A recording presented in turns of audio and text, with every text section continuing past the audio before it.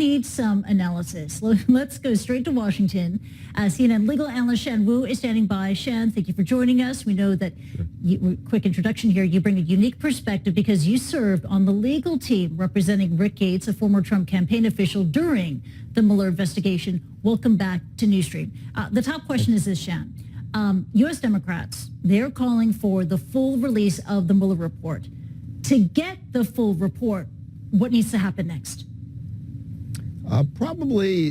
Ideally, it would be turned over voluntarily through some negotiation with the Justice Department. Traditionally, when Congress asks the Justice Department for the release of this type of investigation-related information, there's some negotiation back and forth as to the scope.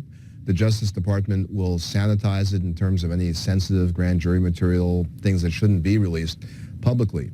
Here, however, it doesn't seem like the Justice Department is very inclined to do that, and if that remains the case, then Congress would have to subpoena the document. Justice may put up a fight, and then it goes to the courts to decide how that subpoena would or would not be enforced.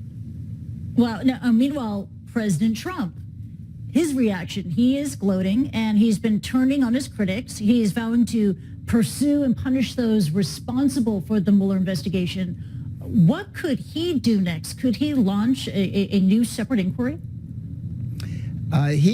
Although he's the head of the executive branch, he could direct the Justice Department to do that. That probably would get some pushback. I'm not sure that Attorney General Barr would want to be seen as part of an effort to push back or to punish Trump's political enemies. But he could try to open up a criminal investigation. That's what he seems to be wanting to do. I don't think the career people would be very predisposed to listening to him to do that, and I think that AG Barr would probably likely push back on that as well. But he could ask for that. That seems to be what he wants to do. Yeah, and what about all the other investigations into Donald Trump? You know, will they be affected, and how? They probably won't be affected, and that's really the problem for the president. The House investigations are going to certainly continue to go forward. Criminal-wise, the Southern District of New York has a number of matters that will be unaffected by anything in the Mueller report. In addition to that, the state government in the state of New York, the Attorney General's office, is conducting some investigations which also could go criminal. So there's really a lot more that is threatening to him in terms of both criminal as well as the congressional investigations. And of course, that's why everyone is anxious to see the actual report, because whether or not there's a criminal issue there, that's the kind of detail that Congress and the American public needs to see. Yeah, and that's the core question here, right? Everyone wants to see the full report because everyone wants to answer to the question, why did Robert Mueller not decide on obstruction of justice? What's your thoughts on that? It's a very puzzling issue, but it may have been made more puzzling by the way that Attorney General Barr kind of cherry-picked what quotes to use. In his summary, and that's what it is, there's almost no quotes from Mueller except for this rather damning quote that says the president is not exonerated on the obstruction issue.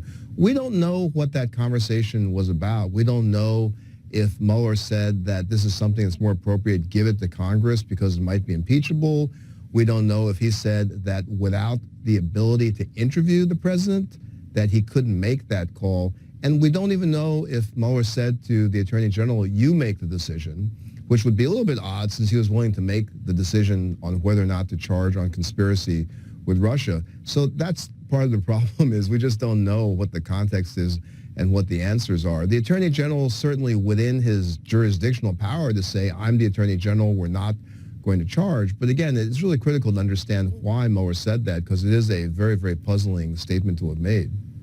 Yeah, very puzzling, and we are left just scratching our heads until we get the full report. Shan Wu, we'll leave it at that. Thank you as always, and take care.